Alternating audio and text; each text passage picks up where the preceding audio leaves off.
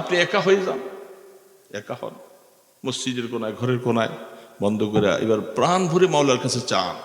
মাওলার সবার ভাষা বুঝে। একবার দুরূদ শরীফ পাঠ করো, আখেরাতে ধনী হইতে চাই না আমরা? রাস্তায় গাড়িতে বসে বসে মুখটা খালি আছে, আপনি দুরুদের গান গান, মনে মনে চুপচাপ সাল্লাল্লাহু আলাইহি সাল্লাম সাল্লাল্লাহু আলাইহি সাল্লাম।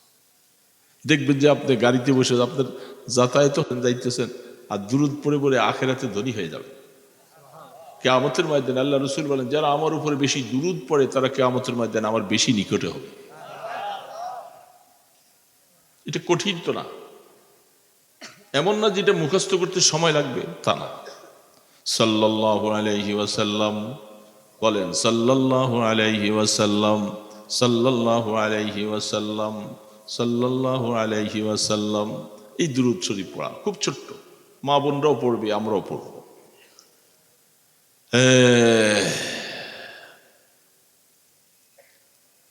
আল্লাহু আকবার, আল্লাহু আকবার। তো বলতেছিলাম যে বাবা, আল্লাহর হাবিব এই স্বপ্ন দেখলেন, সাহাবায়ে কেরামকে বললেন, শোনো, আমি স্বপ্নে দেখেছি আমি বাইতুল্লাহ জিয়ারত করতেছি, আল্লাহর ঘর তওয়াফ করতেছি।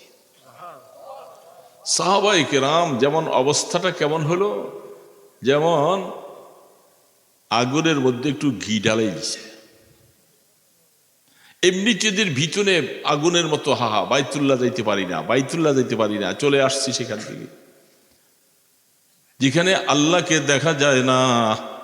কিন্তু আল্লাহর বাইতুল্লাহ যারা তওয়াফ করে তারা মনে করে যেহেতু আল্লাহকে দেখা যাবে না, কিন্তু ওই বাইতুল্লাহ তওয়াফ করলে আল্লাহর কুদরতের কথা স্মরণ হয়। তওয়াফ করে বারবার করে আমরা কাকে চাই? ইল্লাম তারহাম মাইয়ারহাম ইয়া আরহামার রাহিমিন। আল্লাহর বান্দা তওয়াফ করতেছে আর এটা পড়ে বারবার। কি আরবি অর্থটা? ইল্লাম তারহাম মাইয়ারহাম ইয়া আরহামার রাহিমিন। এ মাওলা, তুমি যদি আমাকে মাফ না করো, আমাকে কে মাফ করবে তুমি বলে দাও। তুমি তো রহমান রাহিম, তুমি না পাপ করলে কে করবে? এটা পড়ে আর বাইতুল্লাহ খেয়াল করি। আরেকজন বলতেছে, আমি এটা শোনার পরে আমার কাছে এত ভালো লাগতেছে, কত দোয়াই তো আছে তওয়াফের সময়, এত দোয়া অনেকে জানেও না, মুখস্থ জানে না, কিন্তু সে বলে আমার কাছে এটা ভালো লাগছে, আমিও তওয়াফ করতেছি আর এটা পড়তেছি। কয়েকটা চক্কর দেওয়ার পরে মনটা নরম হয়ে যায়, চোখ দিয়া পানিগুলি পড়তেছে, আল্লাহু আকবার। ইল্লাম তারহাম মাইয়ারহাম ইয়া আরহামার রাহিমিন। কথা বাস্তব না? তুমি মাফ না করলে কে করবে? আছে আরেকজন কেউ? এই জন্য বাইতুল্লাহর জন্য পাগল।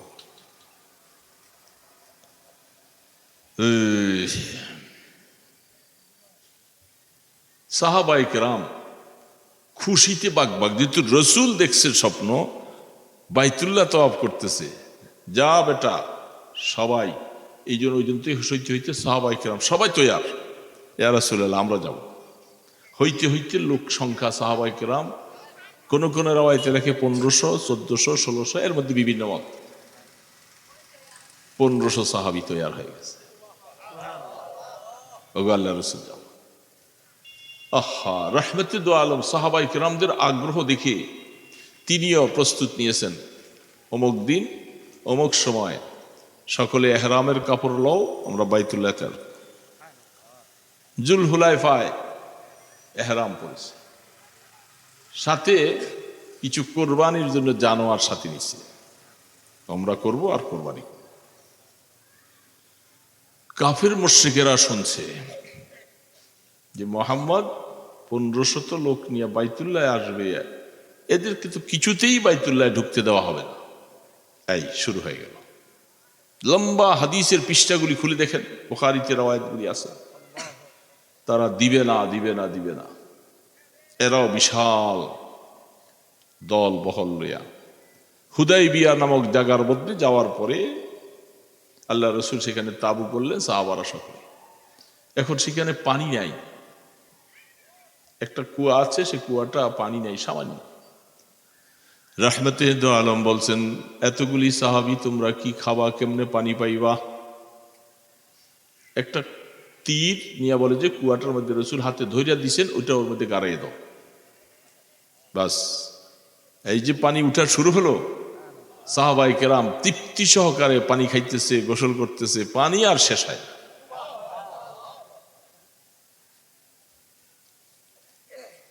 আল্লাহু আকবার। সেখানে থাকলে লম্বা ঘটনা, আমি সেটা বলতেছি, শুধু সূত্রটা বলতেছি, বিশাল কথা। হাদিসের পৃষ্ঠার মধ্যে তো পৃষ্ঠাকে পৃষ্ঠা। হুদায়বিয়ার কথা, কাফেররা কিছুতেই রসুলকে যাইতে দিবে না, সাহাবায়ে কেরামও অনর, যে কোনো মূল্যে আমরা যাব। কিছু কিছু সাহাবীরা, এই দেখেন বুঝবার জন্য বলতেছি, অনেক সময় বলতেছে রসুল স্বপ্নে দেখছে বাইতুল্লাহ যাইতেছে, সেখানে যাইতে পারবো না, এটা কেমন স্বপ্ন হল? একটু দুর্বল ইমানওয়ালারা একটু কিছু কিছু, এটা কেমন? আর যারা সবল ইমানওয়ালা তারা বলতেছে না। তখন আল্লাহর রসুল বলছে, তোমরা কেন চিন্তা করতেছো? আমি যে স্বপ্ন দেখেছি বাইতুল্লাহ যাচ্ছি, আমি কি সময় তোমাদেরকে বলছি কিনা? বলেন সময় তো আপনি বলেন নাই। আমরা সকলে পিরাপিরি কইরা বলছি, ইয়া রাসূলুল্লাহ তাড়াতাড়ি তাড়াতাড়ি যাও। রসুল বলেন, আমি তো সময়ের কথা বলি নাই, আল্লাহ আমাকে সময় জানায় নাই, কিন্তু তোমরা বেশি তাড়াতাড়ি করছো। তো হুদায়বিয়া জায়গার মধ্যে যাওয়ার পরে সেখানে তাদের সাথে সন্ধি হয়েছে, চুক্তি হয়েছে। এটা আল্লাহ পাকের বহুত বড় হিকমত। 10 বৎসরের ভিতরে কেউ যুদ্ধ করবে না। আর ওই বৎসর বলছিল যে রসুল আপনি চলে যাবেন এই বৎসর, আগামী বৎসর আসবেন, শুধুমাত্র 3 দিন থাকবেন, তরবারি খুলতে পারবেন না। এই সন্ধিটা কি কোরআন শরীফে সূরা ফাতাহ নাজিল হয়েছে, ইন্না ফাতাহনা লাকা ফাতহাম মুবিনা। এই যুদ্ধের মধ্যে সন্ধি হইয়া ফিরে চলে আসছে, এবং তারা যতগুলি চুক্তি করেছে সমস্ত চুক্তিগুলি সব তাদের পক্ষে, মুসলমানদের পক্ষে তেমন না। আল্লাহ রসুল বলেন এটি মাইনা নাও। সূরা ফাতাহ লম্বা। সাহাবায়ে কেরামরা কেউ কেউ বলতেছেন, এটা কেমন বিজয়ী আমাদের? বলে হ্যাঁ খবরদার, এখানে সন্দেহ করা যাবে না। ওহী নাজিল হয়েছে, ইন্না ফাতাহনা লাকা ফাতহাম মুবিনা। হে রাসূল, এইটা, এই সন্ধিটা আমি আপনাকে প্রকাশ্য বিজয়ী দান করলাম। যেহেতু আল্লাহ বলে দিয়েছেন এটা প্রকাশ্য বিজয়ী, কারো বুঝে আসুক আর না আসুক প্রয়োজন নাই। এটার মধ্যে কি হিকমত আছে এটা আল্লাহ জানেন। এটাই মক্কা বিজয়ের কারণ হয়েছে। 8ম হিজরিতে, 6 হিজরিতে এই ঘটনা, আর 8ম হিজরিতে আল্লাহ পাক যুদ্ধ ছাড়া মক্কাকে বিজয় করে দিলেন। লম্বা ঘটনা। তো সেইখানে যখন সাহাবায়ে কেরাম হযরত উসমানে গনি রাদিয়াল্লাহু তাআলা আনহুকে মক্কায় পাঠাইছিলেন, যাও খবর লয়ে আসো, তো সেইখানে একটা কথা শোনা হয়েছিল যে উসমান রাদিয়াল্লাহু তাআলা আনহুকে তারা হত্যা করে ফেলছে। এই কথাটা শোনার পরে রসুল বলতেছেন, আমার উসমানকে হত্যা করছে, আমি এখান থেকে এখন তার প্রতিশোধ না নিয়া, তাদের সাথে যুদ্ধ না করে আমি ফিরে যাব না। এই তখন সাহাবায়ে কেরামরা রসুলের হাতে হাত দিয়া বায়াত গ্রহণ করেছেন। এই সেখানে এই যে আমাদের মধ্যে পীর মুরিদির বায়াত হয়, এই বায়াতের সিলসিলা ওইখান থেকে শুরু হয়েছে। সুবহানাল্লাহ। ইউবাইউনাকা, আল্লাহ পাক বারবার বলতেছে। তখন আল্লাহ রসুল এই যে তাদের হাতে হাত দিয়ে বায়াত নিয়েছিলেন, বায়াত লাল মৌত, সকল সাহাবায়ে কেরাম বলছেন যে আমরা জীবনটা থাকতে এর প্রতিশোধ নিব। আমার ভাই ওসমানকে নির্দোষভাবে তারা এইভাবে হত্যা করে ফেলছে, আমরা তার প্রতিশোধ নিব, আমরা মক্কায় পৌঁছব। ওই সময় যিনি বায়াত করতে আসছিলেন, বায়াত করার মধ্যে এই সালমা ইবনে আকওয়া, যার কথাটা বলতে যায় আমি একটু কিছু ভূমিকা বললাম, ওই সালমা রাদিয়াল্লাহু তাআলা, মনে হয়েছে এখন কথাটা? তিনি খুব সাহসী এবং শক্তিশালী। রসুল বলতেছে, সালমা তুমি কি বায়াত গ্রহণ করো নাই? বলে রসুল করছি তো। বলে তুমি আবারও করো। একবার করছি, রসুল আবার বলে সবার সামনে আবার করো। বড় শক্তিশালী মানুষ তো, তার হাতে রসুল 2 বার বায়াত করছে। এই জন্য একজন মুরিদ সুযোগ পাইলে তার পীরের কাছে যখন আবার অন্য কারোর সাথে মুরিদ করা হয়, সে আবারও বায়াত হইতে পারে, আবারও হইতে পারে, কোনো অসুবিধা নেই। বুঝে আসছে কথাটা? এগুলি দলিল প্রমাণ।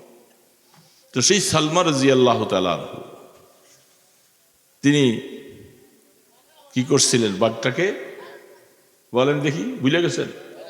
আমি চিন্তা করলাম যে আপনারা আবার আরেক দিয়ে গেছেন কেন। বাঘটাকে কয়েকটা ঘুষি দিয়া, বাঘ এর হাতের ঘুষি খাইয়া হরিণকে সাইজা দিয়া দূরে দৌড়ে যেতে গেছে। চিন্তা করছেন, বাঘ মানুষকে পাইলে শেষ করে ফেলে, আর ওনার হাতের ঘুষি খাইয়া বাঘ পালাইতেছে। দেখছে যে বাবা যে ঘুষি দিছে আর দুই একটা দিলে আমি মরে যাব, কঠিন হালাত। দূরে হরিণ তো মুখের থেকে ছুটে রক্তাক্ত অবস্থায় দিছে দৌড়, মরে নাই। আল্লাহ পাক বাঘটা দূরে যাইয়া তার দিকে চাইয়া আছে, চাইয়া থাইকা হরিণ চলে গেছে, বাঘের জবান খুলে গেছে, বাঘ মানুষের মতো কথা বলতে শুরু করেছে।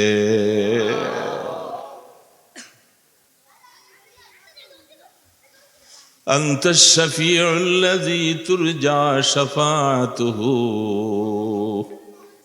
أنت الشفيع الذي ترجى شفاعته على الصراط إذا ما زلت القدم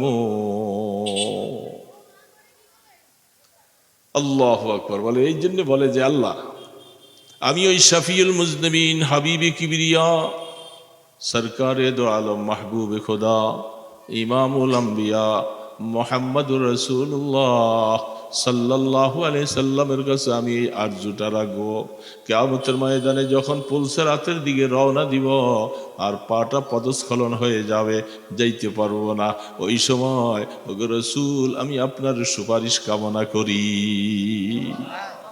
আপনারা করেন? চান না সবাই? এটি বলতেছিলেন শাইখুল হাদিস হযরত মাওলানা জাকারিয়া রাহমাতুল্লাহ আলাইহি এই কথাগুলি বলছিলেন। বাঘ দূরে যাইয়া মানুষের মতো আরবি ভাষায় কথা বলে। ওই দেশ আরব দেশ, কথা বলতেছে কোন ভাষায়? হযরত সালমা রাদিয়াল্লাহু তাআলা আনহুর নাম ধরে বলে, হে সালমা। বাহ, বাঘের কে জানাইলো যে উনি সালমা ইবনে আকওয়া, আকওয়ার বেটা হযরত সালমা। হযরত সালমা রাদিয়াল্লাহু তাআলা অবাক, আরে বাঘ মানুষের মতো কথা বলে, কি ব্যাপার? আবার আমার নাম ধরে বলতেছে। কারবারটা উপরের থেকে চলছে। কোত্থেকে? মাইয়াহদিল্লাহু ফাহুয়াল মুহতাদ। আল্লাহ যাকে হেদায়েত দেয় সেই হেদায়েত পায়, আর হেদায়েত যদি আল্লাহ কাউকে যদি না দেয়, হাজারো মানুষ চেষ্টা করবে, সে হেদায়েত পাবে না। এই যে দেখেন না আমাদের দেশে কত হিন্দু, বৌদ্ধ, খ্রিস্টান, কত জাতি আছে, তারা ওয়াজ শুনে, মসজিদের আজান শুনে, মুসলমানেরা ঈদের নামাজ পড়ে, জুমার নামাজ পড়তে যায়, কোরআন তেলাওয়াত করে, শুনে না? যদি হেদায়েত তাদের ভাগ্য থাকতো তারা হেদায়েতের পথে চলে আসতো, কিন্তু হেদায়েত নাই নসিবে। আল্লাহ যাকে হেদায়েত দেন সে আসতে পারে। তো হযরত সালমা রাদিয়াল্লাহু তাআলা আনহু বলেন, আমাকে বাঘ আমার নাম ধরে বলতেছে, সালমা ইবনে আকওয়া, তুমি আমার মুখের থেকে আল্লাহ আমাকে একটা রিজিক দিছিল, হরিণটা যে আমার রিজিক। তোমাদের যেরকম আল্লাহ রিজিক দিছে, আমাকে তো বাঘ হিসাবে আমার রিজিক দিছে। রিজিক দেয় না আল্লাহ পাক? প্রত্যেকটা জিনিসকে আল্লাহ রিজিক দেয়। একটা হয়তো একটার মাধ্যমে আমাদেরকে গরু জবাই করে, বকরি জবাই করে, এদের জীবন বিসর্জন দিয়ে আমাদেরকে রিজিক দিছে।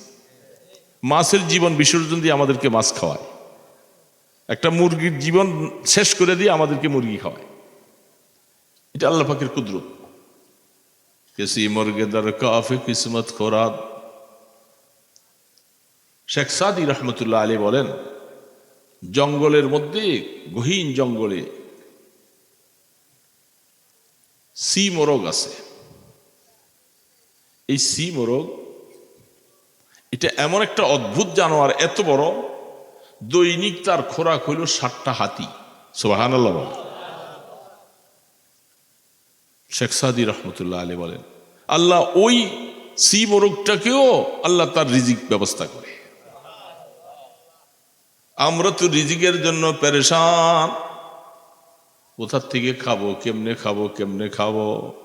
আল্লাহ পাক বলে, বান্দা রিজিকের জিম্মাদার আমি আল্লাহ। তুমি রিজিক তালাশ করবার জন্য দৌড়াদৌড়ি করো না, না রিজিক তোমাকে তালাশ করে। রিজিক তোমাকে তালাশ করে। তুমি একটু মেহনত করো, চেষ্টা করো। দোকান বসাইয়া দিলেই ব্যবসা হয় না, দোকান দিলেই ব্যবসায়ী হয়ে যায়, লাভ হয়ে যায়। আল্লাহ পাক যাকে দিবেন এটার মধ্যে আল্লাহ একটা বরকত দেয়। আমাকে বলছে চেষ্টা করতে, আমি চেষ্টা করব। এই জন্য চেষ্টার পরে দেওয়ার মালিককে, বান্দাকে চেষ্টা করতে বলছে। এই জন্য প্রত্যেকের রিজিক আল্লাহ পাক দিবেন। ঠিক জানোয়ারের রিজিক দিবে। নদীর মধ্যে কত অদ্ভুত অদ্ভুত জানোয়ার, এগুলো মাঝে মধ্যে দেখলে, নজর হলে দেখা যায় বিভিন্ন জিনিসের মধ্যে যে কত বড় বড় বিশাল জানোয়ার, এগুলারও আল্লাহ খাওয়াইতেছে, পালতেছে। তো তাদেরকে আল্লাহ খাওয়ায়। এদের কি জায়গা জমিন আছে, ব্যবসা বাণিজ্য আছে? তো এদেরকে তো আল্লাহ খাওয়ায়। তা আমরা আল্লাহ পাকের গোলামি করতেছি, আল্লাহকে ডাকতেছি, আল্লাহকে সেজদা দিতেছি, আল্লাহ আমাদেরকে খাওয়াবেন না? ওয়া ইয়াতাওয়াক্কাল আলাল্লাহ ফাহুয়া হাসবুহু। আল্লাহ পাক বলে, গোলাম আমার গোলামি কর, তুই আমাকে সেজদা দে, আমার কথা মতো চল, তুই আমার উপরে ভরসা কর, তোর রিজিকের মালিক আমি আসমান থেকে পাঠাবো, তোর রিজিকের জন্য পেরেশান করা লাগবে না। আসলে একই তো দুর্বল, একই দুর্বল। আজকেও জোহরের পরে বসছি, লোকজন মানুষ খুব বিরক্ত করে, ঝামেলা। আমাদের মাদ্রাসার মাহফিল আগামী বৃহস্পতি শুক্রবার 2 দিন ব্যাপী আমাদের মাহফিল। এই জন্য আমি খুব ব্যস্ত। মাহফিলটা অনেক বড়। ওই যে আমাদের এক ছাত্র আছে, যে আপনাকে এখানে আমাদের এখান থেকে পড়ে আসছে, কি নাম জানি তোমার? আশরাফ আলী। ওই যে বাবুরহাট মোড়েই তাকে বাড়ি, তারও অনেক আছে। আমাদের মাহফিলটা একেবারে 2 দিনে কমপক্ষে আমাদের এখানে 10,000 মানুষকে খাওয়ানো হয়। সুবহানাল্লাহ বলে, ওয়ালা ফাখরা আলাইহি। এটা আল্লাহর মেহেরবানি। মাহফিল শেষে প্রথম দিন প্রায় 4 থেকে 4,500 মানুষ, দ্বিতীয় দিন 5,000 5,500 মানুষ। তাদেরকে মাহফিল শেষে সুন্নত মতো দস্তর বিছাইয়া প্লেটের মধ্যে 4 জন 4 জন করে বসে খাওয়ানো, বিরিয়ানি খান। এতে প্রায় 8 থেকে 10 লাখ টাকা খরচ হয়। তো মাদ্রাসা এটা আল্লাহ পাক পড়াইছে, অনেক টাকা ঋণ। আমাদের ওস্তাদদের 1 মাসে তাদের খানার টাকা সহ তাদের বেতন হইল 13.5 লক্ষ টাকা। 1 মাসে বেতন। এই 2টা মাস বেতন অল্প অল্প করে বেতন দিতে পারতেছি না, পেরেশান। এই আমাদের মাহফিল আসতেছে, মালিক আল্লাহ। নামাজগুলি রেগুলার পড়বেন, 5 ওয়াক্ত নামাজ। দাড়িগুলি যে কামাইতেছেন, দাড়িগুলি আর কামাবেন না। তারপরে বললাম, রাত্রির শেষ ভাগে উঠে একটু তাহাজ্জুদ নামাজ পড়েন, পড়ে 2 চোখের পানি ছেড়ে আল্লাহর কাছে কাঁদতে থাকেন। কয়েকদিন করেন আর আল্লাহর কাছে বলে যে, আল্লাহ তুমি তো রিজিকের মালিক, কষ্টে আছি, ব্যবসা বাণিজ্য লস ইত্যাদি, মাওলার কাছে চাও। 1 সপ্তাহ করে দেখো, ব্যবসার চাকা আল্লাহ ঘুরাই দিবে। সে 2বার 3বার বলে, এর থেকে বেশি কিছু আমার কাছে নাই, আমার সময় নষ্ট করবেন না, জান না, কষ্ট করতে রাজি না। কেবল তৈরি কেবল তাবিজ দাও, তাবিজ বানাই দিলে, পানি দিলে কেবল খাওয়াইব। আশ্চর্য অবস্থা। কষ্ট করো, মেহনত করো, 5 ওয়াক্ত নামাজ হও, সুন্নতের উপরে আসো, মদিনার নবীকে ভালোবাসো, রাসূলের উপরে দুরূদ পড়ো, শেষ রাত্রে উঠে একটু চোখের পানি ছেড়ে আল্লাহর কাছে কান্দো। বেশি দিন লাগবে না, কয়েকদিন করে দেখো, আমার আল্লাহ তোমার সব মুশকিলকে আসান করে দিবে। এটা হাদিসের কথা, আমার কথা না, আমি তো ওনাকে বলে দিছি। রাত্রির শেষ ভাগে উঠে যখন এইভাবে আল্লাহর কাছে দোয়া করো, আল্লাহ পাক বলেন, আলা মিন মুস্তাগফিরিন ফাআগফির আলাহ, আলা মিন মুস্তারযিকিন ফাআরযুক আলাহ। এই রিজিকে কষ্ট পাইতেছো কে? আমার কাছে উঠো, উঠে রিজিক চাও, আমি তোমার রিজিক দিব। হাদিসের মধ্যে তো আল্লাহ রসুল বলে দিয়েছে, আমি সেটা বলে দিয়েছি, আপনি সেই কাজ করেন। সেটা করবো না, শুধু কাল হুজুর একটা তাবিজ দিয়ে দেন, বাস তাবিজ পুজা খাইলে কাজ হবে না, এটা আমার কাম না। সেই জন্য দোস্ত মেহনত করতে রাজি না। ছেলে বিদেশ পাঠাবে, কত আসে, বিরক্ত করে মাঝে মধ্যে অনেক আসে, হুজুর ছেলেটা বিদেশ পাঠাবো। হ্যাঁ অনেক, আপনি ছেলে বিদেশ পাঠাবেন, ছেলেকেও বলেন আপনিও বলেন, দুইজন মাওলার সাথে সম্পর্ক লাগান। যেহেতু নিবেন তো মাওলার থেকে, তো সম্পর্ক করবেন কার সাথে? মাওলার সাথে সম্পর্ক করো। আল্লাহ বারবার বলতে আছে, তুমি সম্পর্ক আমার সাথে করো, তোমার কোনো অসুবিধা হবে না। মাল্লাহুল মাওলা ফালাহুল কুল, আমাকে বন্ধু বানাও, দুনিয়ার কোনো মানুষ তোমার বন্ধু ছাড়া থাকবে না, সব তোমার বন্ধু হয়ে যাবে। আর আমার সাথে দুশ্মনী করো, দুনিয়ার সব মানুষকে বন্ধু বানাইতে চাও, দেখবা যাকে ধরবা সে ছুটা যাবে, সব দুশ্মন হবে। বাবা গ্রাম দেশে আছে, আপনাদের দেশে, আমাদের দেশেও আছে, ছোটবেলায় মুরগির বাচ্চা 8টা 10টা 11টা 20টা করে এরকম এক একটা মুরগি অনেক সময় বাচ্চা দেয়, দেয় না? বাচ্চাগুলি মুরগি সহ টক টক টক টক করে ঘুরে, সন্ধ্যার সময় আসলে এখন মুরগিটা ধরবে, ঘরে নিবে। এখন বাচ্চা এই 2টা ধরে খাঁচায় রাখে, 3টা ফাল দিয়ে পড়ে যায়, আবার ওই 2টা আনে। তো বুদ্ধিমান চালাক মহিলারা কি করে, গপ করে মুরগিটারে ধরে, মুরগিটা ধরে খাঁচার ভিতরে দিলে ওই বাচ্চাগুলি টকটক করতে করতে মার কোলে আইসা বলে, ঠিক না ভাই? ঠিক। এই জন্য বলতেছি বাবা, মানুষের সাথে মহব্বত সম্পর্ক রাখো, ভালো কথা, মনের অবস্থাটা আল্লাহর সামনে পেশ করে দাও, মাওলা আমি গোলাম তোমার, মাওলার সাথে ভাও লাগাও, ভাও লাগাও, দেখবা কোনো কিছুর অসুবিধা হবে না। ওয়ামা মিন দাব্বাতিন ফিল আরদি ইল্লা আলাল্লাহি রিজকুহা, আল্লাহ পাক বলেন জমিনে আমি এমন কোন জানোয়ার বানাই নাই যার রিজিকটা দেওয়ার জন্য আমি আল্লাহ দায়িত্ব নেই নাই, আমি প্রত্যেকের রিজিক পৌঁছাবো। কীট পতঙ্গ তরুলতা তাদের কোনো জায়গা নাই, জমিন নেই, কিছু নেই। মুসা আলাইহিস সালাতু ওয়াস সালাম কে আল্লাহ পাক বলতেছে, মুসা আপনার হাতের লাঠিটা দিয়ে পাথরটা বাড়ি দেন। যা, লাঠি দিয়া পাথর বাড়ি দিলে লাঠি ভাঙবো না পাথর ভাঙবে? বলেন না বাবা? লাঠি তো মুসার লাঠি এটা সাধারণ লাঠি না, এটা ওই নবুয়তের মিরাস হিসাবে পাইতে পাইতে পাইতে পাইতে পাইতে পাইতে সেটা এটা মুসা ইসলামের হাতে আসছে। এই জন্য এটা দিয়ে পাথর বাড়ি দিছে, লাঠি ভাঙে নাই, পাথর ফেটে গেছে। কি কুদরত! পাথর বাড়ি দিছে, এটার ভিতরে দেখে যে আরেকটা পাথর।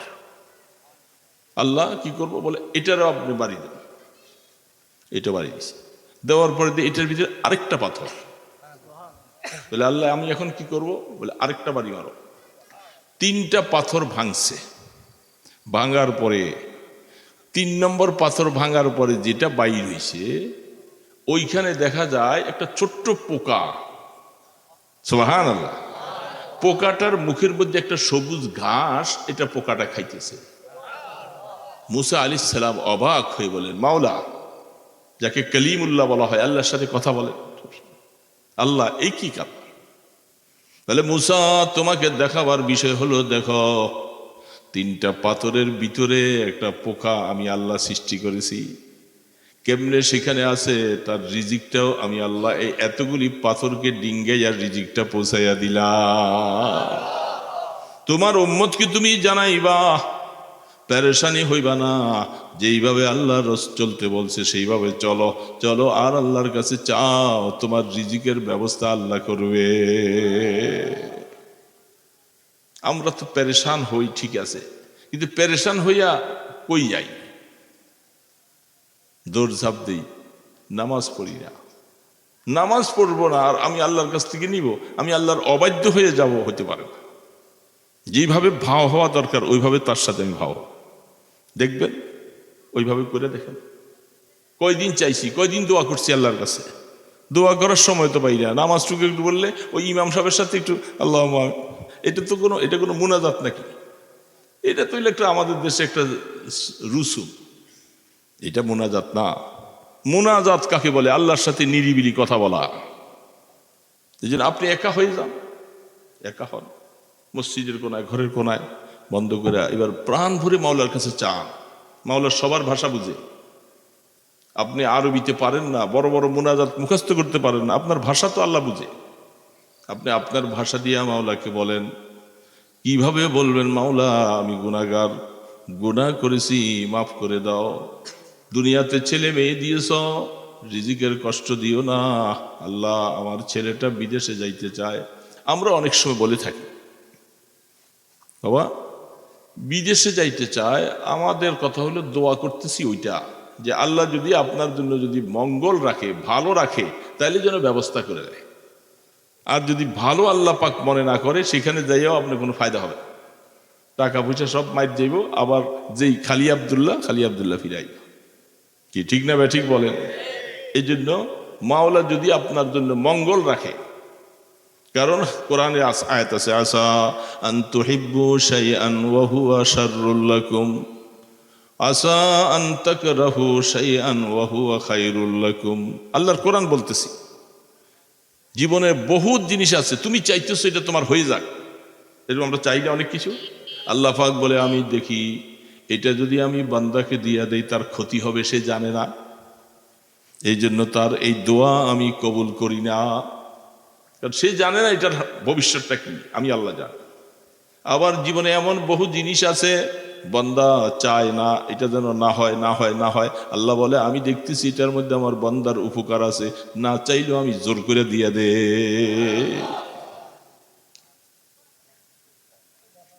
আল্লাহ আল্লাহ আল্লাহ, বাবা কি বলবো। তো রিজিকের মালিক আল্লাহ। ওই বাঘটাকেও আল্লাহ হরিণ একটা রিজিক দিছে, ওই কথা মনে আছে না? রিজিক দিছে। এখন বাঘ বলতেছে, এই সালমা ইবনে আকওয়া, আমার মুখের থেকে আমার রিজিকটা কাইরা নিয়ে গেলা, তুমি আমার রিজিকটা কেন কাইরা নিলা? হযরত সালমা রাদিয়াল্লাহু তাআলা আনহু অবাক হয়ে গেলেন। তখন বলতেছে, কি আশ্চর্য কথা, বাঘ মানুষের মতো কথা বলে, আবার আমার নামও বলে, এটা কি? বাঘ পাল্টা জবাব দিতেছে, তুমি আমার কথা শুইনা তুমি খুব আশ্চর্য হয়ে গেলা?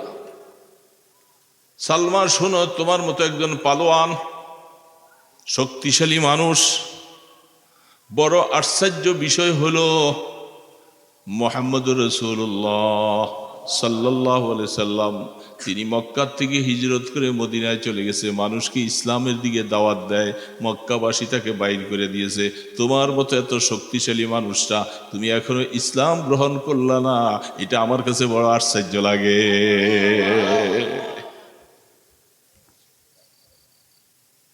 বাঘের মাধ্যমে আল্লাহ হেদায়েত দিতেছে। হযরত সালমা ইবনে আকওয়া রাদিয়াল্লাহু তাআলা আনহু দেরি করে নাই, সরাসরি সফরটা ওইদিকে মদিনার দিকে রওনা। বোঝা গেছে আল্লাহ পাক আমাকে হেদায়েত দিতে চান। আমি কেন হেদায়েতের বাহিরে থাকব? আমি কেন কলেমা পড়ব না? আমার সাথে আমার কত সাথী বন্ধুরা, তারা কলেমা পড়া বড় বড় সাহাবী হয়ে গেছে, আমি কেন অবুঝ থাকব? মদিনার দিকে রওনা দিয়েছে। সাওয়ারি দ্রুত গতিতে যায়, মসজিদে নববীর পাশে সাওয়ারি বাইন্দা সুন্দর করে হাউজের মধ্যে পরিষ্কার হইয়া গোসল করে কাপড় চোপড় পিঁধা মসজিদের নববীর দিকে যায়। মসজিদের নববীর মধ্যে ঢুকে দেখে রহমতের দো আলম বসা।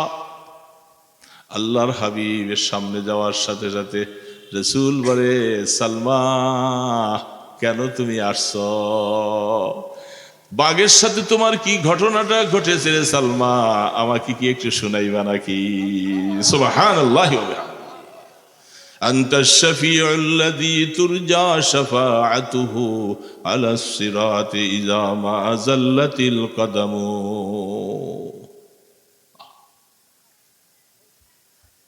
হযরত সালমা ইবনে আকওয়া বলে, ইয়া রাসূলুল্লাহ, অবাক হয়ে গেলাম, কোথায় আমার সাথে বাঘের সাথে কি ঘটলো, আপনি এখানে বসা বললেন? বলে আমি বললাম আমার তো বলার কোনো ক্ষমতা নাই, তোমার ঘটনাটা আমার আরশের মালিক আল্লাহ আমাকে জানাইয়া দিছে।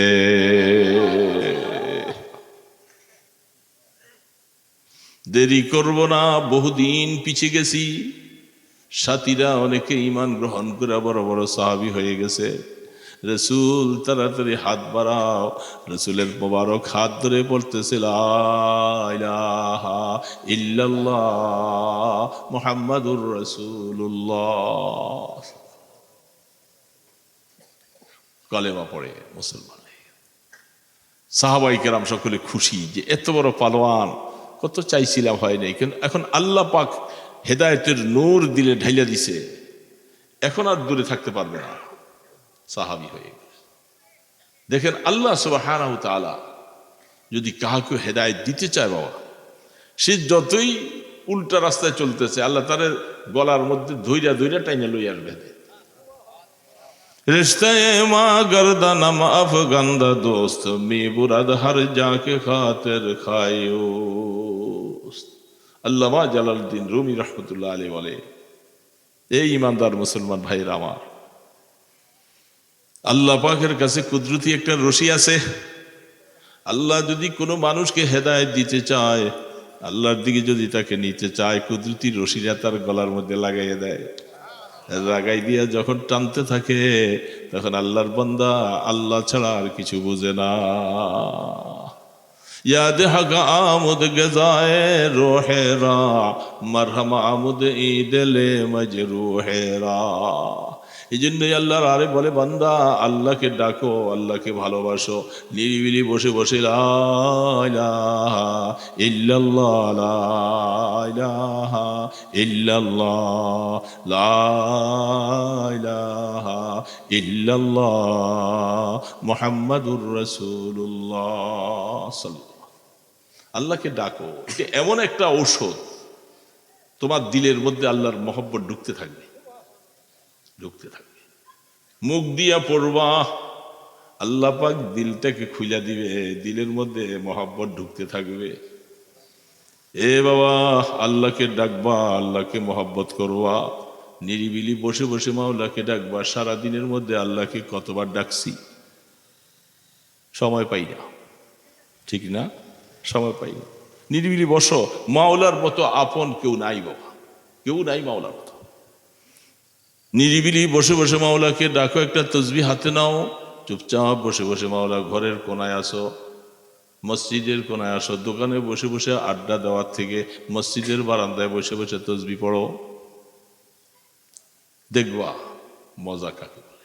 আরে বাবা মজা লাগাইতে হলে তো একটু মজাওয়ালার সাথে সম্পর্ক লাগাইতে হবে।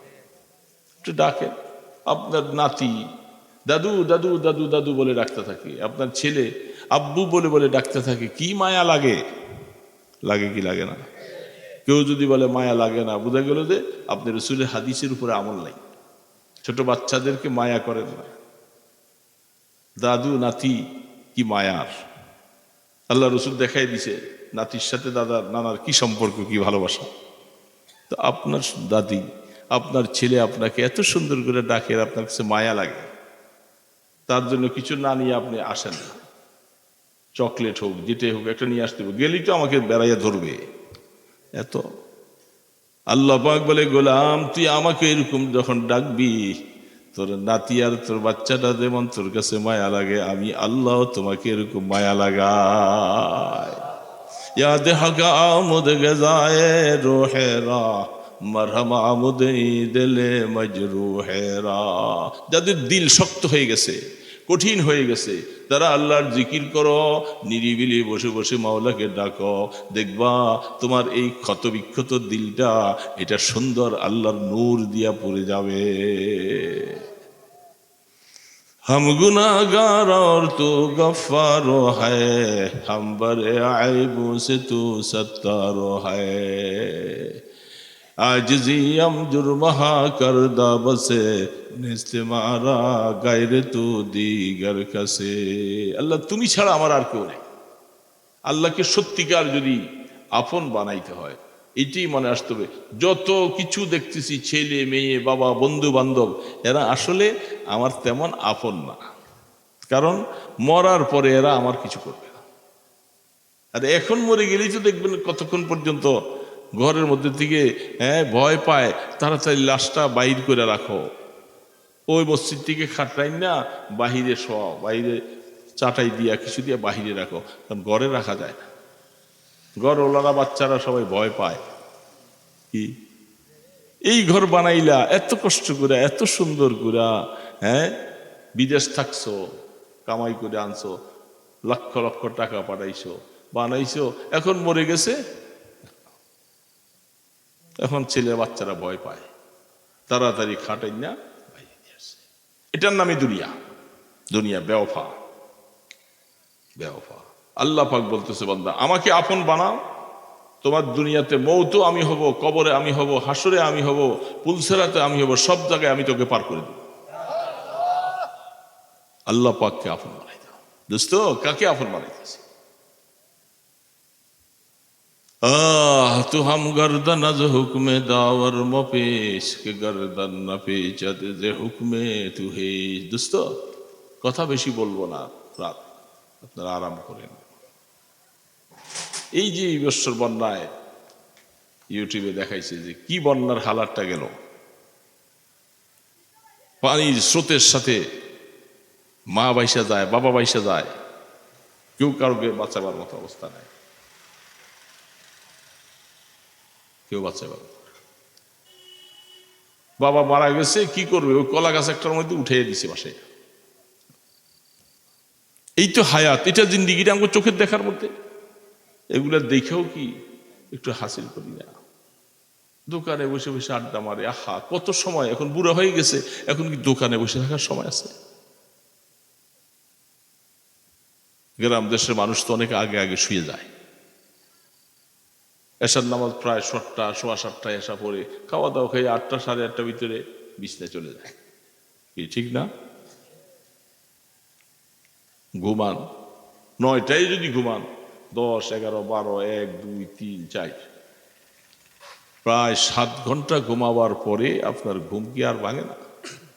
ওই সময় ঘুমটা ভাঙে, উঠে একটু অজু টজু করেন, অজু করে একটু আল্লাহর সামনে দাঁড়াও না, 2-4 রাকাত নামাজ পড়ি। বাবা নামাজ পড়ে সূরা ফাতিহা একবার পড়েন, কুল হুয়াল্লাহ 3 বার পড়েন বা 10 বার পড়েন, দুরূদ শরীফ পড়ে আল্লাহর কাছে কয়েকটা দিন করেন, দেখবেন যে চোখের পানি আসতে থাকবে, দিলটা নরম হয়ে যাবে। আল্লাহ পাক বলে, ও গোলাম, এই রাত্রে সব মানুষ ঘুমাইয়া রয়েছে, তুই উঠলি কেন? কেন উঠছস? আমার মায়ায়। দেখবেন চোখে পানি ছাড়বে, নিজের গুনার কথা স্মরণ হবে, চোখে পানি ছেড়ে দেবে। যখন চোখে পানি ছাড়বে, এ আমার দোস্ত ভাইয়েরা আমার, তুমি মনে মনে আশ্বস্ত হও যে আল্লাহর রহমত আমার দিকে নাজিল হইতেছে। না তোমার চোখে পানি ছাড়তো, যখন চোখে পানি ছেড়ে দিছে বুঝবেন যে আল্লাহর রহমত আসতেছে, গুনাহ মাফ হওয়ার ব্যবস্থা হইতেছে। কি চাবো আল্লাহর কাছে, ব্যবস্থা আল্লাহ করবে, ব্যবস্থা আল্লাহ করবে। করতে চাই না তো বাবা, এগুলো করতে চাই না, শুধু কাল গল্প করে করে হায়াত কাটাইতেছি, দুনিয়ার ব্যস্ততা দেখায় দেখে হায়াত কাটাইতেছি। একটু উঠো উঠো উঠো, খোদার বান্দা, রাত্রি একটু উঠো, শেষ রাত্রে উঠো, দেখবেন আপনি যে আল্লাহ আপনাকে কত মায়া করে। আল্লাহর জন্য আপনার কি মায়া লাগবে। আর বাবা, আল্লাহর জন্য মায়া না লাগবে তাহলে কেমন গোলাম হইলাম? আমি কি গোলাম হয়েছি? আমি আল্লাহর জন্য মায়া লাগে না আমার। মায়া তো আল্লাহ কি করবো, কাকে করবো? আর এই জন্য আল্লাহকে মায়া করা বারবার দেবে, ডাকতে থাকবো, লা ইলাহা ইল্লাল্লাহ, লা ইলাহা ইল্লাল্লাহ, লা ইলাহা ইল্লাল্লাহ মুহাম্মাদুর রাসূলুল্লাহ। মদিনার নবীর জন্য মায়া লাগে না? কত মানুষ দেখেন রওজার সামনে। এখন তো হালাত অন্যরকম হয়ে গেছে, আগের মতো অবস্থা নাই। আগে রওজা পাকের সামনে দেয়া দাঁড়ানোর সুযোগ ছিল, রওজার সামনে ওই পিলারের পাশে একটু দাঁড়ান দিতে। এখন কতটা ভাগ ভাগ করে এখান দিয়ে যান, ওইখান দিয়ে যান, এখান দিয়ে যান, সেখানে দাঁড়াইতে দেয় না। অনেক সময় পিছনে যাইয়া দাঁড়াবে তাও দেয় না। সেই জন্য অনেক সময় আশেকরা পাগল হয়ে যায়। মদিনার আশেগোলারা সেখানে পাগল হয়ে যায়, বেশি কান্ত দেয় না। এরা মনে করে কবরওয়ালার কাছে কিছু চায় কিনা, এই তারা বিভিন্ন রকমের বেশি শক্তি করে তারা। এই জন্য ওই পাশে পিলারের পাশে দাঁড়াইয়া থেকে রওজা আথার দিকে কতক্ষণ নজরে চেয়ে থাকেন আর সালাম দিতে থাকেন। বলেন যে আমার মতো একটা গোলাম আমাকে আল্লাহ তুমি বাংলাদেশ থেকে সফর করাইয়া তোমার বন্ধুর কবরের সামনে আনছ, যাকে আমি সালাম দিতেছি, আমার রসুল সালামের জবাব নিজে দিতেছে, সেখানে যে সালাম, কি মায়া। ইয়া খায়রা মান দুফিনাত বিল কা'i আ'যামুহু ফাতাবা মিন তিবিহিন্নাল কা'উ ওয়াল আকামু। আজীব হালাত, এমন জাত আল্লাহ তুমি এখানে দাফন করেছ যার শরীরের সাথে মাটি লাইগা মাটিটার দাম আল্লাহর আরশ থেকে বেশি। রাসূলের শরীরের সাথে যে মাটি লাগছে, যেন মদিনাওয়ালার জন্য মায়া লাগবে না, আল্লাহর জন্য মায়া লাগবে না, তবে কি গোলাম আমি? গোলামটা কেমন গোলাম হয়েছি আমি? শুধু আমার ছেলে মেয়েদেরকে মায়া করব। এই জন্য বাবা আল্লাহকে মায়া করো, মায়া লাগার জন্য আল্লাহকে ডাকতে হবে। জিকির করতে পারবো না, জিকির করবো, নিরিবিলি বসে বসে জিকির করবো, বেশি বেশি করে নিরিবিলি জিকির করবো। ইল্লাল্লাহ ইল্লাল্লাহ ইল্লাল্লাহ ইল্লাল্লাহ ইল্লাল্লাহ ইল্লাল্লাহ ইল্লাল্লাহ ইল্লাল্লাহ ইল্লাল্লাহ ইল্লাল্লাহ ইল্লাল্লাহ ইল্লাল্লাহ। এইভাবে আপনি ডাকেন, চক্ষু বন্ধ করে কলবের দিকে খেয়াল করে ডাকতে থাকেন। আস্তে আস্তে ময়লাগুলি দূর হবে। হাতুড়ার বাড়ি দিলে যেরকম ঝংকার দূর হয়ে যায়, ইল্লাল্লাহর ধাক্কাতে কলবের ময়লা দূর হবে। হইতে হইতে কলবটা ধপধপ করবে, আয়নার মতো পরিষ্কার হবে, যা শুনবেন সে ডুববে। আল্লাহ পাক মায়া সৃষ্টি করে, মায়া লাগবে। আল্লাহকে ছাড়া কিছু ভালো লাগে না, মোনাজাত ছাড়া মজা লাগে না, আল্লাহর কাছে কানতে না পারলে মজা লাগে না। এগুলি তখন মজা লাগবে বাবা। এই জন্য কথা শেষ, কথা আর নয়। আল্লাহকে আপন বানাবো, চেষ্টা করবো ইনশাআল্লাহ। গুনাহ আল্লাহর কাছে মাফ চাইতে থাকবো, ইস্তেগফার করবো। রিজিকের জন্য মানুষের দুয়ারে দৌড়াবো, কত আল্লাহর দুয়ারে চাইতে থাকি, মানুষের দিল আল্লাহ ঘুরে দিবে। এই জন্য সবসময় নিজের ছেলে মেয়েকে নামাজি বানাবার চেষ্টা। এ যুবক বাবাজিরা, নামাজ পড়বা তো? পড়বা না রে বাবা? নামাজ পড়ো, নামাজের মাধ্যমেই তো আল্লাহর সাহায্য চাইবা। মুসলমান নামাজ পড়বে না তো নামাজ পড়বে কারা? হিন্দুরা পড়বে, ইহুদি খ্রিস্টান তো মুসলমানও পড়বে না, তো তাহলে আল্লাহ নামাজটা দিচ্ছেন কাদের? এটি বড় আফসোস। আমার মুসলমানরাও পড়ে না, হিন্দু কাফের মুশরিক এরাও পড়ে না, তা আল্লাহ পাক বলে তা আমাকে সেজদা কারা দিবে? তোমরা সেজদা দিলা না। এই জন্য সবসময় চেষ্টা করব, যত ব্যস্ততাই হোক আমার নামাজ যেন ছুটে না যায়। পারবো না ইনশাআল্লাহ? তো দোয়া করি। আর কেউ আছে, এখানে কোনো কথা আছে আপনাদের? মসজিদের সভাপতি কফিউদ্দিন শেখ উনি মাহফিল 20,000 টাকা দিয়েছেন, আর দেশপুর যারা আছে মা বোনের টাকা দিয়েছে, সবাই দোয়া চেয়ে। আচ্ছা আচ্ছা, মাশাআল্লাহ। যে এটি মাহফিলের তো এই উসিলায় না হলে মাহফিল হবে কেমন করে? সবসময় একটা ভালো কাজ। এই যে 2-4টা কথা আমরা বললাম, শুনলাম, যদি আল্লাহ পাকের বান্দাদের দিলের মধ্যে যদি আমলের আগ্রহ পয়দা হয়, পুরা টাকাওয়ালারা সওয়াব পেয়ে যাবে। তারা বলবে যে আমাদের সার্থক হলো মাহফিল, মাহফিলে করে হাঁটতে হবে।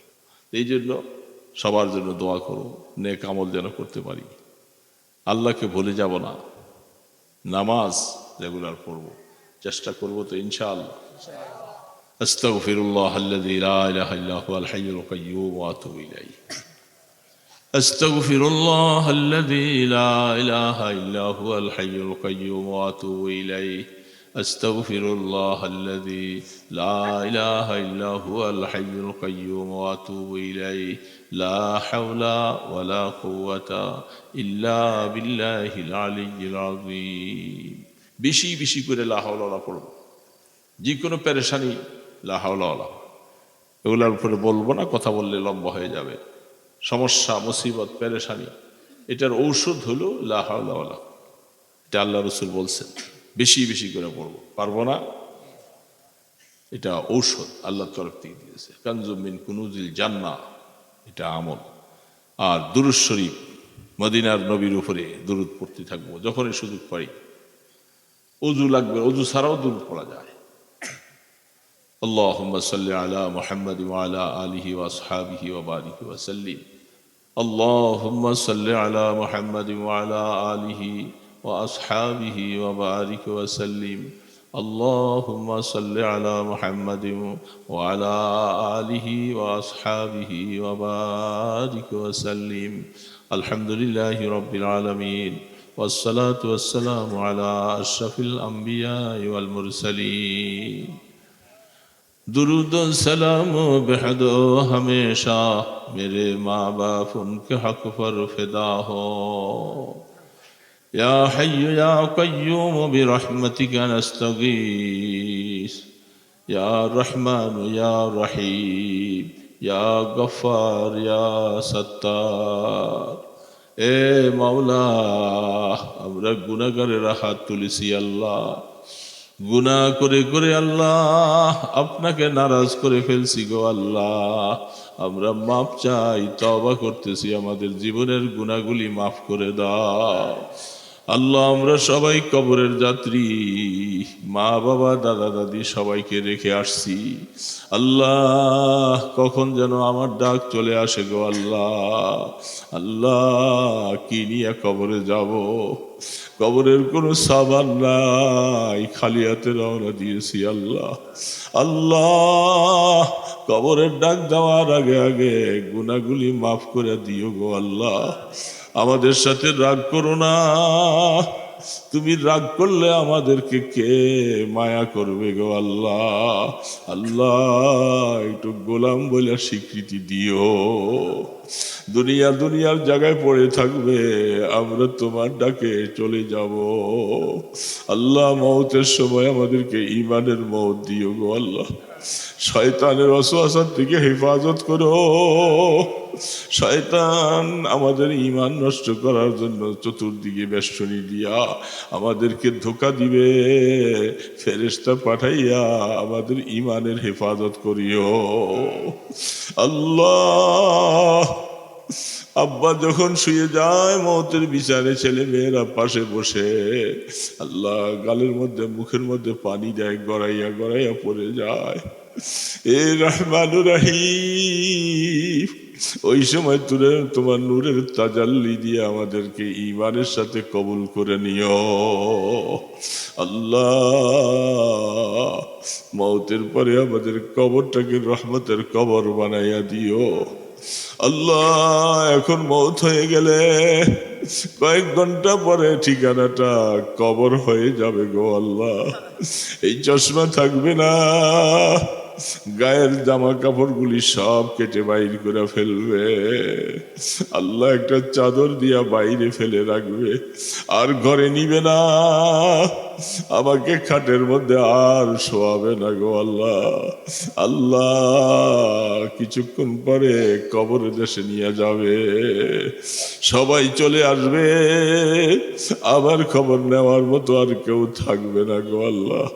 আল্লাহ কবরকে আগুনের গর্ত বানাইও না, সাপ বিচ্ছুর গর্ত বানাইও না আল্লাহ। তিনটা প্রশ্ন করার জন্য ফেরেশতা কবরে আসবে, যদি প্রশ্নের জবাব দিতে না পারি কবরটা জাহান্নামের গর্ত হয়ে যাবে আল্লাহ। জবানে এই জবাবগুলি দিবার মতো তৌফিক দিও গো আল্লাহ। আল্লাহ আমরা ভুলে গেছি, তুমি আমাদেরকে ভুলে যাইও না। কিয়ামতের ময়দানে আমলনামা ডান হাতে দিও, মাথার উপরে সূর্যের তাপ হবে, মগজগুলি খসে খসে পড়ে যাবে। এ রহমান রহিম, তোমার আরশের নিচে একটু জায়গা দিও গো আল্লাহ। আল্লাহ তোমার বন্ধুর কাছে হাউজে কাউসার থাকবে, একটা গ্লাস পান করাই দিও, আর কোথাও পানি থাকবে না, কলিজাটা ফেটে যাবে গো আল্লাহ। দয়াল নবীর হাতে আমাদেরকে একটা গ্লাস হাউজে কাউসার দিও।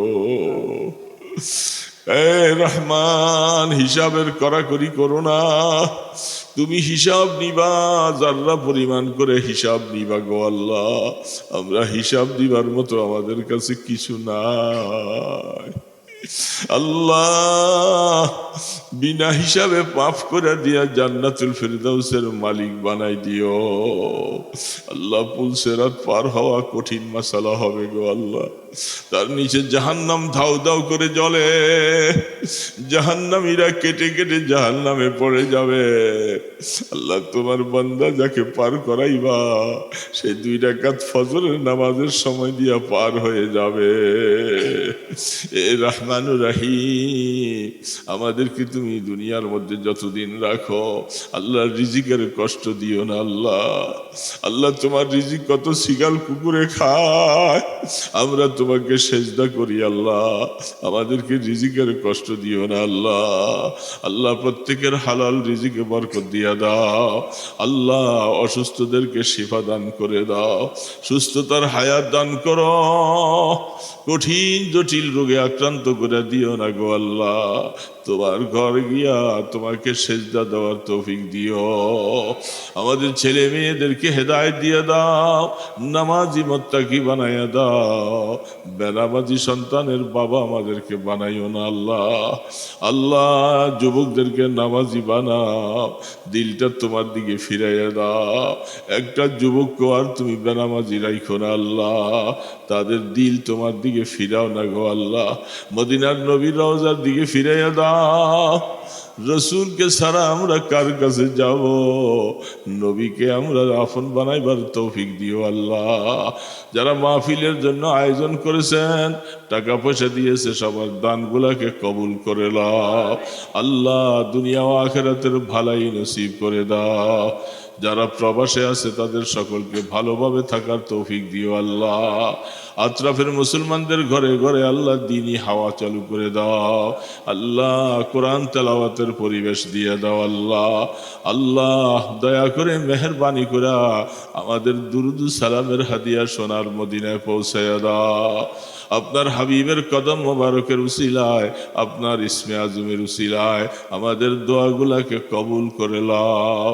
সাল্লাল্লাহু তাআলা আলা খায়রি খালকিহি মুহাম্মাদিন ওয়া আলা আলিহি ওয়া আসহাবিহি আজমাইন বিরহমাতিকা ইয়া আরহামার রাহিমিন।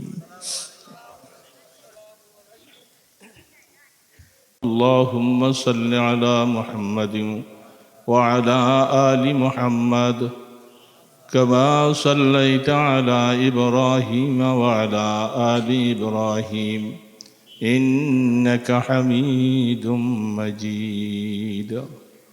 اللهم بارك على محمد وعلى آل محمد كما باركت على إبراهيم وعلى آل إبراهيم إنك حميد مجيد.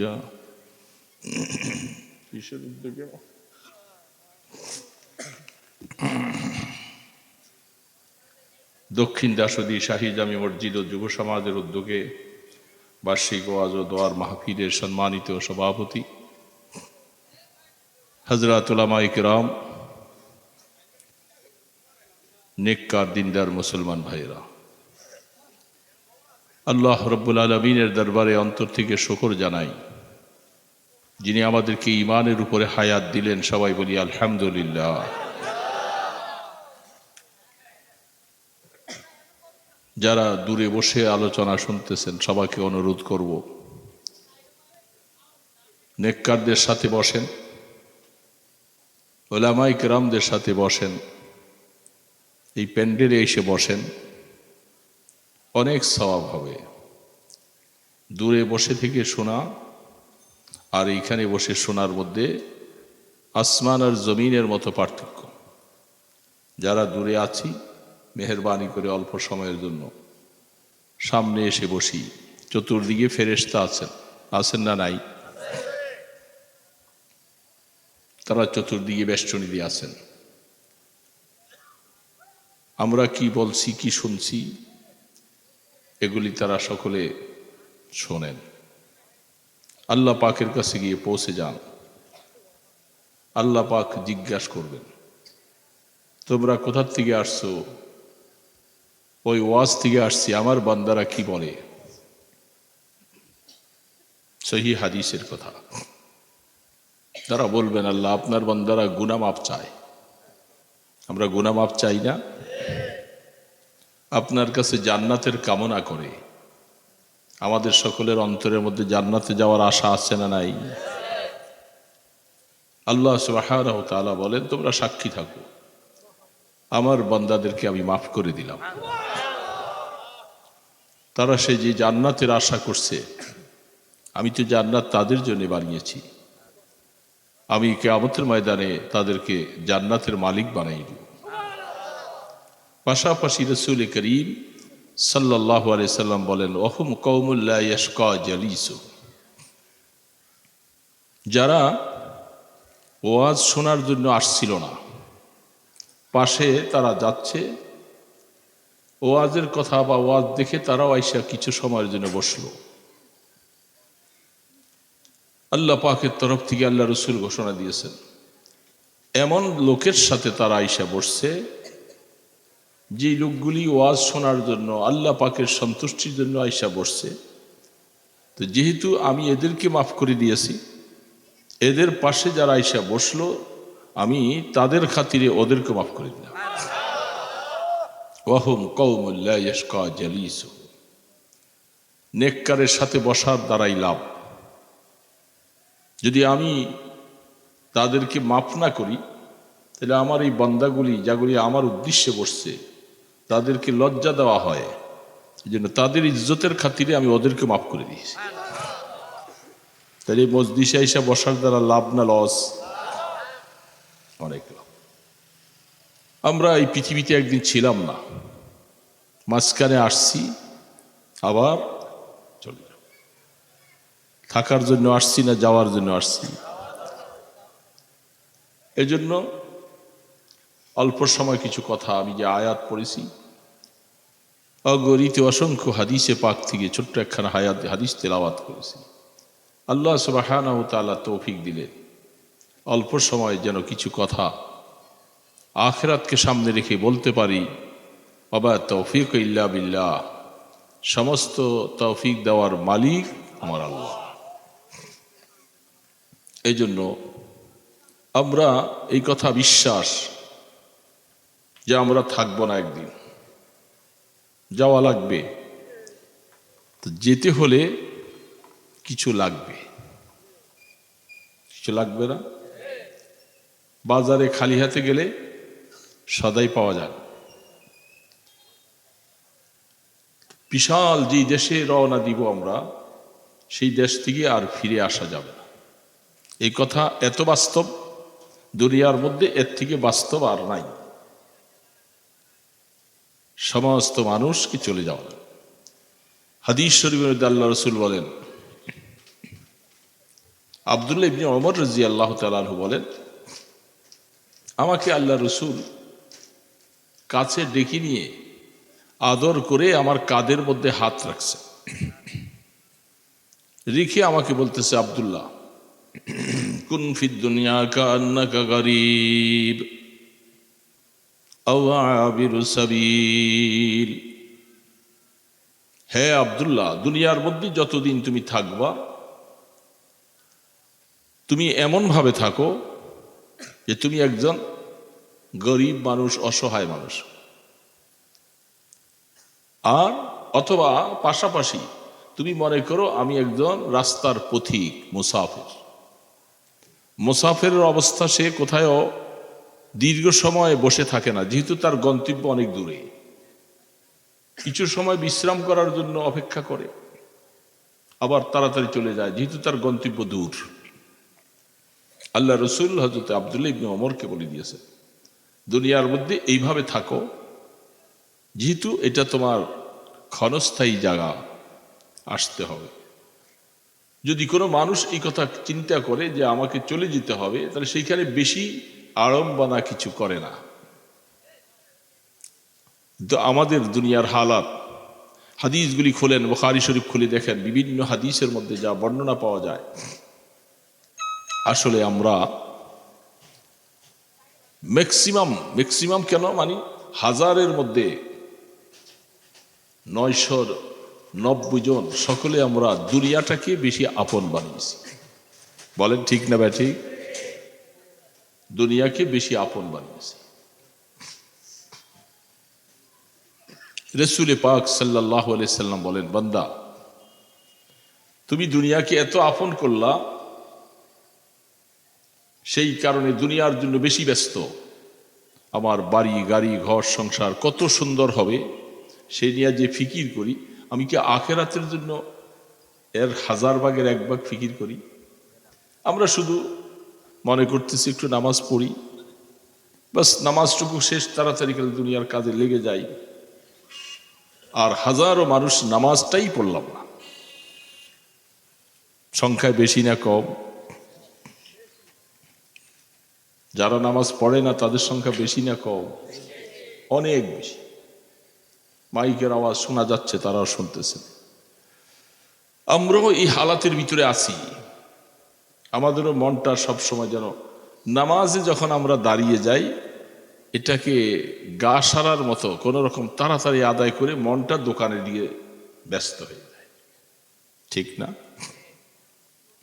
সাহাবায়ে কেরাম দেখেন, আল্লাহু আকবার, একজন সাহাবী খুব বলিষ্ঠ, শক্তিশালী, অনেক তার শক্তি। তার নাম সালমা ইবনে আকওয়া। তিনি এখনো ইসলাম গ্রহণ করেন। খুব শক্তি, এত বলিষ্ঠ। রাস্তা দিয়ে যাচ্ছে, পাশে পাহাড়, পাহাড়ের পাদদেশ দিয়ে যাচ্ছে, হঠাৎ করে নজর করে দেখে যে একটা বাঘ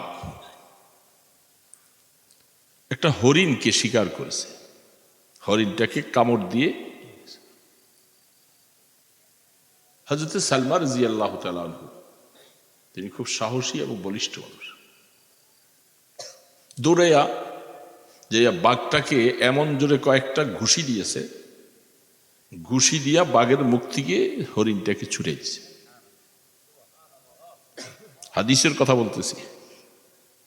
এবং এই সালমা এমন একজন সাহাবী যার বুখারী শরীফে তার রওয়ায়াত তার নামে, এবং যিনি ওই সাহাবী হুদায়বিয়ার সন্ধির সময়, হুদায়বিয়ার মধ্যে একটা সন্ধি হয়েছে মক্কা বিজয়ের আগে, প্রায় 1500 সাহাবী নিয়ে রাসূল উমরা করার উদ্দেশ্যে রওনা দিয়েছে। আল্লাহ রাসূল স্বপ্নে দেখলেন যে আমি উমরা করব। বহুদিন পর্যন্ত মক্কা শরীফ থেকে চলে আসছে। বলেন তো মনটা কেমন টানে? যারা আমরা বাইতুল্লাহ গিয়েছি, আছেন নাকি এখানে? আছেন কেউ? হজ করে আসার পরে আপনার কি সেদিকে মন টানে না আর যাইতে মনে চায় না? বারবার কি বলে, বারবার যাইতে মনে চায়। আপনার আর আমরা কয় পয়সার মানুষ, আমাদের একবার আসলে আবারও যাইতে মনে চায়। রহমতে দো আলম যিনি বাইতুল্লাহর পাশটা ছেড়ে যাওয়ার সময় বলছিলেন, এ বাইতুল্লাহ, আমি তোমাকে ছেড়ে যেতাম না যদি এই দেশবাসী আমাকে এখান থেকে বের করে না দিত। বাইতুল্লাহ ঘরের দিকে দেখে দেখে রাসূল কাঁদছে, মায়া কত। সেই বাইতুল্লাহ আসার জন্য তিনি স্বপ্নে দেখলেন যে আমি বাইতুল্লাহ তওয়াফ করতেছি। নবীদের স্বপ্ন ওহী। নবীদের স্বপ্ন কি বাবা? আমি কিছু ভাঙ্গা কথা বলি, আমার কথা বুঝতেছেন তো? আমরা অত টাইনা ওয়াজ করি না, টাইনা অনেক লম্বা, অনেকে পারে, আমরা পারি না। আমাদের কথাগুলি ভাঙ্গা, এবং ভাঙ্গা কথাগুলি তাড়াতাড়ি বোঝানো যায়, তাড়াতাড়ি বলাও যায়। ছন্দ মিলে আর টানতে টানতে অনেক সময় লাগে, তখন কথা আসল বাদ দিয়া তখন নকল কথাও ঢুকে যায় মাঝকে, কারণ সুরটা মিলাইতে যাইয়া নকল কথাও ঢুকে যায়। নকল কথা বুঝতেছে তো? যেই কথার শরীয়তে হাদিসে প্রমাণ নাই, এমন কিছু কথা ঢুকে যায়। আল্লাহু আকবার। এই জন্য নবীদের স্বপ্নটা ওহী। বুখারী শরীফে হাদিস আসছে, নবুয়তের ৪৬ ভাগের ১ ভাগ হলো স্বপ্ন। বলেন সুবহানাল্লাহ। নবুয়তের বলেন ৪৬ ভাগের ১ ভাগ হলো স্বপ্ন। তার কারণটা কি? যে আল্লাহর হাবিব যখন তিনি নবুয়তের জন্য কোরআন প্রথম নাজিল হলো, তার ৬ মাস আগ পর্যন্ত তিনি কেবল ভালো ভালো স্বপ্ন দেখতেন। এখনো নবুয়তের প্রকাশ হয়নি। ৬ মাস পর্যন্ত কি দেখতেন? স্বপ্ন দেখতেন। তা আল্লাহ রসুলের নবুয়ত পাওয়ার পরে ৪০ বছরের নবুয়ত পাইলেন, হায়াত পাওয়ার পর্যন্ত কত বছর? ২৩ বছর। ৪০ আর ২৩ কত? ৬৩ বছর। আপনার তো হিসাব ভালো করে জানেন, আওয়াজ দিয়ে বলবেন কত বছর? আমাদের রসুল কত বছরে ইন্তেকাল করেছেন? তাহলে নবুয়ত পাওয়ার পর থেকে দুনিয়াতে রসুল হায়াতে বেঁচে ছিলেন, ওহী আসছে, কোরআন আসছে কত বছর? কত বছর? ২৩ বছর। ২৩ বছরকে ৬ মাস করে ভাগ করলে কত হয়? কত হয় বাবা? ৪৬ হয় না? ৬ মাস করে ২৩কে ভাগ পূরণ দিলে ৪৬ হয়। এখন বুঝে আসছে যে নবুয়তের ৪৬ ভাগের ১ ভাগ হলো স্বপ্ন। হিসাব বুঝছেন তো? নবুয়তের ৪৬ ভাগের ১ ভাগ। তো আল্লাহ রসুল তিনি স্বপ্ন দেখতেন। তো তেমনি ভাবে তিনি মদিনা শরীফ যাওয়ার পরে তিনি একদিন স্বপ্নে দেখলেন যে আল্লাহ রসুল স্বপ্ন দেখলে সকালবেলা সাহাবায়ে কেরামদের কাছে বয়ান করতেন। সাহাবায়ে কেরাম তারা যদি কিছু স্বপ্ন দেখতেন, তারা রসুলের কাছে বলতেন। আমরা কি স্বপ্ন দেখি কি দেখি না? দেখেন না? আমাদের স্বপ্নটা ২ রকম হয়। একটাকে রুইয়ায়ে সালেহা বলা হয়, নেক স্বপ্ন, ভালো স্বপ্ন। আরেকটাকে আদগাসে আহলাম বলা হয়, যেগুলি শয়তান থেকে আসে, ধারণার থেকে আসে, চিন্তার থেকে আসে। যেটাকে সবসময় চিন্তা করতে থাকি, রাত্রে শুইলে ওটা স্বপ্নে দেখি। কি ব্যাপার, ঠিক না ঠিক বলেন? এই জন্য আল্লাহর হাবিব ফরমান, যখন তুমি দিনে হোক বা রাত্রি হোক, যখন স্বপ্ন দেখবা, মনে রাখবেন কথাগুলি সবসময় আসে না সঙ্গে। যখন তুমি স্বপ্ন দেখবা, দেখবা যে স্বপ্নটা তোমার কাছে ভালো লাগে না মন্দ লাগে, খারাপ আজে বাজে স্বপ্ন যদি দেখো, তুমি যেই দিকে শুইছিলা এর থেকে অন্য দিকে পাল্টে যাবা, বাম দিকে ৩ বার একটু থুতু ফেলবা, লা হাওলা ওয়ালা কুওয়াতা ইল্লা বলবা। তাহলে এই খারাপ স্বপ্ন তোমার কোনো ক্ষতি করতে পারবে না।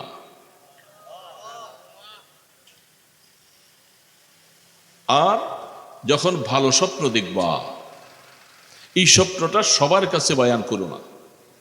সকলে স্বপ্নের ব্যাখ্যা বলতে পারে না। বড় আলেম হোক বা যাই হোক, স্বপ্নের ব্যাখ্যা সকলে বলতে। তোমার ভালো বন্ধু মানুষ, বুঝবান মানুষ, যে স্বপ্নের ভালো তাবির করতে পারে, তার কাছে স্বপ্নটা বলবা। সে যদি বলতে নাও পারে, তাহলে তোমার জন্য খারাপ মন্তব্য করবে না। যদি স্বপ্নটার ব্যাপারে তোমার জন্য খারাপ মন্তব্য হয়ে যায়, মনে রাখবা এটা তোমার জন্য খারাপ ডেকে আনছে। স্বপ্নটা খারাপ না, স্বপ্নটা ভালো ছিল, কিন্তু সে স্বপ্নের তাবির জানে না, উল্টা করছে। এই জন্য আমাদের কাছে অনেক সময় অনেকে স্বপ্ন নিয়ে আসে, আমরা এই কথা বলে দিয়েছি বহুবার, অন্য কারো কাছে বলার আগে আসবা, আরেকজনের কাছে বলবো, আর সে যখন স্বপ্নের একটা ব্যাখ্যা করবে, ওইটাই তোমার ফলে যাবে। এটা পাখির পায়ের মতো এরকম সে স্বপ্ন ঘুরতে থাকে, যখন তাবির হবে তখন এটা তার উপরে পতিত হবে। এই জন্য স্বপ্ন, ভালো স্বপ্ন যার তার কাছে বলবো না, বুঝবান মানুষের কাছে, ভালো লোকের কাছে বলবো, সে ভালো তাবির করবে। এটি তকদিরি মাসালা। ভালো তাবির করলে এটা তোমার ভাগ্য খোলা, যেটাকে হাদিসের মধ্যে বলেন যালিকা বুশরা লিল মুমিন। যেহেতু নবুয়ত নাই, ওহির দরওয়াজা বন্ধ, নবী নাই, নবী কি আর আসবেন আবার ফিরে? তিনি চলে গেছেন আমাদের মাঝে, আর এইভাবে ফিরে আসবেন না। স্বপ্ন যেটা তুমি দেখলা, এটা আল্লাহ পাক মোমেন বান্দাকে স্বপ্নের মাধ্যমে তাকে আগাম কিছু সুসংবাদ জানিয়ে দেয়। তার জন্য এটা ফলবে, এটা ফলবে, অগ্রিম তাকে জানিয়ে দেওয়া হয়। তিলকা বুশরা আজিলুন, মনে রাখবা এটা তোমার জন্য সুসংবাদ। হয়তো এটা এই বছরও ফলতে পারে, অথবা 2 বছর পরে ফলবে, অথবা তোমার জন্য এটা আরো কয়েক বছর পরে ফলবে। এটা তোমার জন্য একটা ভালো সুসংবাদ তোমাকে জানিয়েছে, তুমি দেখবার সময়ের অপেক্ষা করবা, স্বপ্ন ফলে যাবে। এই জন্য ভালো স্বপ্ন। তো রাসূল করিম সাল্লাল্লাহু আলাইহি ওয়াসাল্লাম, আপনারা তো বললেন না, আমি বলছি, আপনারা বললে কি সব হতো না? জীবনে মাসালা, আল্লাহ রসুলের উপরে দুরুদ পড়া জীবনে একবারের জন্য ফরজ, আর মজলিসের মধ্যে প্রথমবার বলা ওয়াজিব। তারপরে যতবার রসুলের নাম আসবে তারপরে দুরূদ শরীফ পড়া সুন্নত। এখন আপনি বলবেন, হুজুর আমি তো পড়ছি অনেকবার, এখন বারবার পড়লে সুন্নত হয়তো আদায় করলাম না, কিন্তু সওয়াব থেকে মাহরুম হয়ে গেলেন। আপনি তো বসেই আছেন, এখানে কোনো কাজ তো নাই, এরকম কাজ আছে? তা আপনি যদি মুখটা খুলি সাল্লাল্লাহু আলাইহি সাল্লাম বলেন, লাভ কি আপনার না নবীর? ওই ছেলে দুইটা, এই তোমরা এখানে বসে কি করতেছো? যেটা সারা জগৎকে শেষ করে ফেলছে, মজলিসে বসে ওই কাজ। হা, এই যুবক বাবা, বুঝো বুঝো, বুঝছেন নি কি জিনিসটা? এটাই আমাদেরকে, আমাদের ছেলে মেয়েদেরকে, যুবকদেরকে, যুবতীদেরকে ধ্বংস করে দিচ্ছে, সন্দেহ নাই। উপকার যেটুকু, এর থেকে অপকারের সংখ্যা 1000 করে বেশি, বেশি না?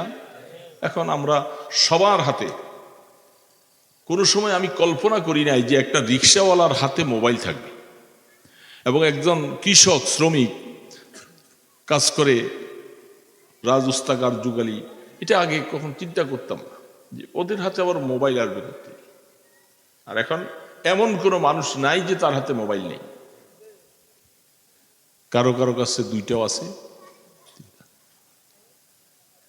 তো মোবাইল আসতে আসতে যখন শুনতাম যে এমন মোবাইল আসবে, এটা মানুষ যে কথা বলে তার চেহারা দেখা যাবে, আমি যখন এটা শুনছি, শোনার পর আমার কাছে অবাক লাগতেছে, বলে কি, আরে এটা কি কয়?